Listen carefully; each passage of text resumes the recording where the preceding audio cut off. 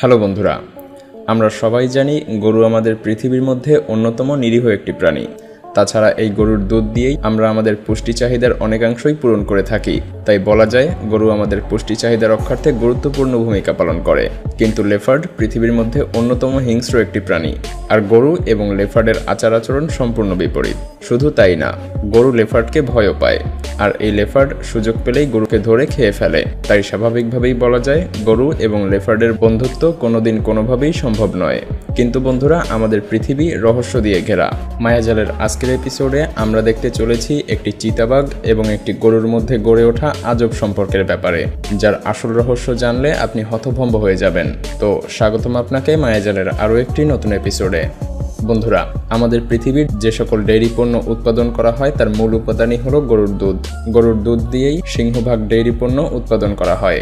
তাছাড়া গরু খুবই সাদাসিধে একটি প্রাণী, নিরীহ বটে। তাছাড়া এই প্রাণীটি অন্যান্য প্রাণীদের সাথে বন্ধুত্বপূর্ণ সম্পর্ক বজায় রাখতেও পছন্দ করে। কিন্তু চিতাবাঘ খুবই হিংস্র প্রাণী, আর এই প্রাণীটি অন্য কোনো প্রাণীর সাথে বন্ধুত্বপূর্ণ সম্পর্ক স্থাপনের কোনো ধার ধারে না। আর এই জাতীয় প্রাণীগুলো যখন ক্ষুধার্ত হয়ে পড়ে তখন এরা গরুর মতোই নিরীহ প্রাণীদেরকে ধরে খেয়ে ফেলে। আর এই দুইটি প্রাণী স্বভাবগতভাবেই এমন, কিন্তু মাঝে মধ্যে এসব প্রাণী প্রকৃতির বিরুদ্ধে গিয়ে নিজের স্ববিরোধী আচরণ করে থাকে। আর এমনই একটি ঘটনা ঘটেছিল 2002 সালে গুজরাটের একটি গ্রামে। 2002 সালে হঠাৎ করে একটি মা লেপার্ডের আনাগোনা বেড়ে যায়। প্রায়ই সে এই গ্রামে আসতে থাকে এবং মাঝে মধ্যেই গৃহপালিত পশুদেরকে আক্রমণ করে খেয়ে ফেলত। তারপর লেপার্ডটি আবার জঙ্গলে পালিয়ে যেত। প্রথম দিকে এই ঘটনা খুব বেশি একটা ঘটত না, কিন্তু 2002 সালের সেপ্টেম্বর মাসের শুরুতেই চিতাবাঘটির আনাগোনা কয়েক গুণ বেড়ে যায়। যদিও গুজরাট এলাকার প্রায় সর্বত্রই চিতাবাঘের দেখা পাওয়া যায়, কিন্তু হঠাৎ করে এই গ্রামে চিতাবাঘের আনাগোনা খুব বেড়ে যায়। স্থানীয়রা বেশ বিপাকে পড়ে যায়, আর তারা বুঝে উঠতে পারছিল না যে এই মুহূর্তে তারা কি করবে। শেষ পর্যন্ত তারা চিতাবাঘটিকে ধরার জন্য তারা বন বিভাগের কর্মচারীদেরকে খবর দেয়। অবশ্য পরবর্তীতে বন বিভাগের কর্মচারীরা চিতাবাঘটিকে ধরতে সক্ষম হয়েছিল। তারা চিতাবাঘটিকে ধরে নিয়ে গিয়ে জঙ্গলের গভীরে ছেড়ে দিয়ে আসে। এর পরের 1 মাস গ্রামবাসী খুব ভালোভাবেই কাটিয়েছিল। তাদের কোনো চিতাবাঘের ভয় ছিল না। কিন্তু 1 মাস পরেই আবার চিতাবাঘটিকে দেখতে পাওয়া যায়। তবে এটা সেই আগের চিতাবাঘের মতো বিশাল আকৃতির নয়। আগেরবার তাদের গ্রামে যে চিতাবাঘটি হামলা করত এটা তারই বাচ্চা। গ্রামবাসীরা এবার পশু অধিদপ্তর থেকে কর্মচারীদেরকে আবার খবর দেয়। পশু অধিদপ্তরের কর্মচারীরা আবার সেই গ্রামে আসে, কিন্তু গ্রামবাসীরা এবার তাদেরকে যে গল্প শোনায় তা শুনে তারা অবাক হয়ে যায়। এক ব্যক্তি বলে তার বাড়ি এই জঙ্গলের কিনারায়, তার বেশ কয়েকটি গরু রয়েছে, কিন্তু সেই চিতাবাঘটি তার গাভীর সাথে প্রায়ই দেখা করতে আসতো। তারা লেপার্ডটিকে অনেকবার ধরার চেষ্টা করার পরও ব্যর্থ হয়েছে। এবং আরও একটি অবাক করা তথ্য হলো যে গাভীটিও চিতাবাঘটিকে তার কাছে আসতে দিত, কোনো রকম বাধা প্রদান করতো না। দেখে যেন মনে হতো যে এই চিতাবাঘটি তার বাচ্চা। এটা শুনে বন বিভাগের কর্মচারীরা বিশ্বাস করতে পারেনি। তারা নিজের চোখে দেখার জন্য বেশ কয়েকদিন সেই গ্রামেই থেকে যায়। এবং সৌভাগ্যবশত হঠাৎ একদিন এসব কর্মচারীরা গাভী এবং সেই চিতাবাঘটিকে একসঙ্গে দেখতে পায়। ঠিক যেমনটা গ্রামবাসীরা বলেছিল। চিতাবাঘটি যখন সেই গাভীর কাছে আসতো তখন অন্যান্য প্রাণীগুলো দৌড়ে দূরে সরে যেত। প্রতিদিন এই চিতাবাঘটি রাত 9টা থেকে 11টার মধ্যে গাভীটির সঙ্গে দেখা করতে আসতো, এবং সে দেখা করতে এসে কয়েক ঘন্টা গাভীটির সাথে এভাবেই বসে থাকতো। দেখে যেন মনে হতো যে কোনো মা আর বাচ্চা বসে আছে। তারা এভাবেই একজনের শরীর আরেকজনের শরীরের সাথে লাগিয়ে দীর্ঘক্ষণ পর্যন্ত বসে থাকতো। শুধু তাই না, এই গাভীটি চিতাবাঘটির গাও চেটে দিত। গ্রামবাসীরা মাঝে মধ্যেই চিতাবাঘটির গলার ভেতর থেকে গড়গড় শব্দ শুনতে পেত। তখন তারা নিশ্চিত হয়ে পড়ে যে গাভীটি চিতাবাঘটিকে দুধও খাওয়াচ্ছে।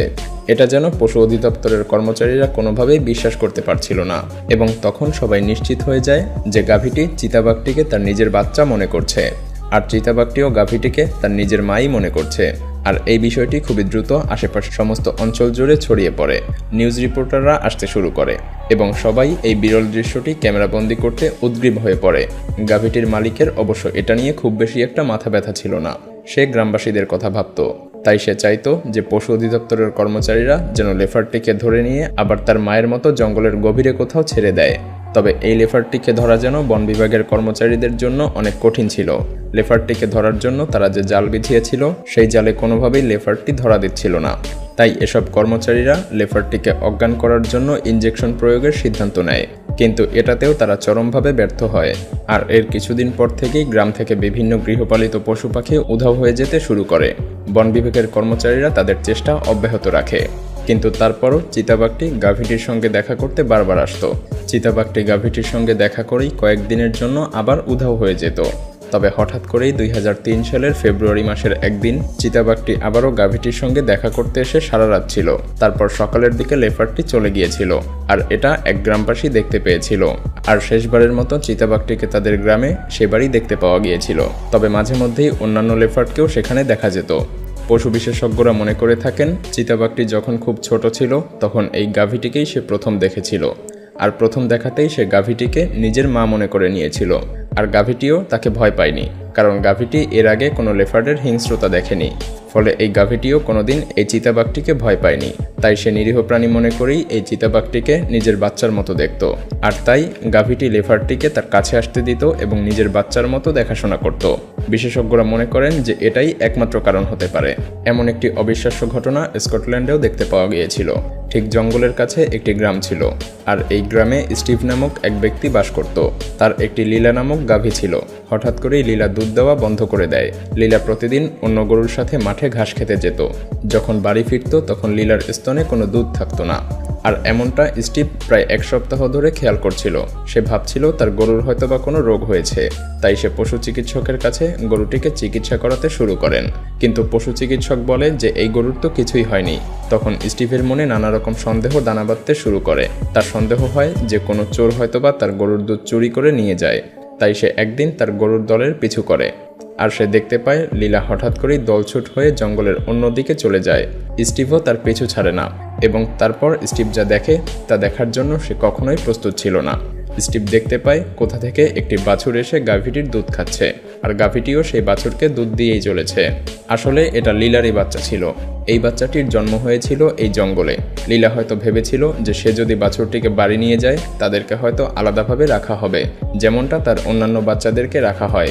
তাই লীলা এমন অদ্ভুত সিদ্ধান্ত নিয়েছিল, আর তাই সে প্রতিদিন এভাবে লুকিয়ে তার বাচ্চাকে দুধ খাওয়াতে আসতো। আর এভাবেই গাভীটি প্রতিদিন তার বাচ্চাটির দেখা পেত। স্টিভ কখনো ভাবতেও পারেনি যে একটি গরুর মাতৃপ্রকৃতি এমন হতে পারে। এই ঘটনার পর স্টিভের মন মানসিকতা সম্পূর্ণভাবে চেঞ্জ হয়ে যায়। এরপর থেকে সে আর কোনো মা এবং বাচ্চাকে আলাদা রাখেনি, সবাইকেই একত্রে রেখেছে। আসলে এসব প্রাণীদেরও আমাদের মানুষের মতোই মায়া মমতা রয়েছে, কিন্তু তারা কথা বলতে পারে না বলে আমরা তাদের মায়া মমতার গভীরতা বুঝতে পারি না। ভিডিওটি ভালো লাগলে শেয়ার করতে পারেন, এবং আপনি যদি এমনই রহস্য, রোমাঞ্চ, আনকমন আর ইন্টারেস্টিং ভিডিও দেখতে পছন্দ করে থাকেন তবে মায়াজাল চ্যানেলটিকে এখনই সাবস্ক্রাইব করুন এবং পাশে রাখা বেল আইকনটি প্রেস করুন। তো দেখা হচ্ছে আগামী এপিসোডে। ততক্ষণ পর্যন্ত ভালো থাকবেন। ধন্যবাদ।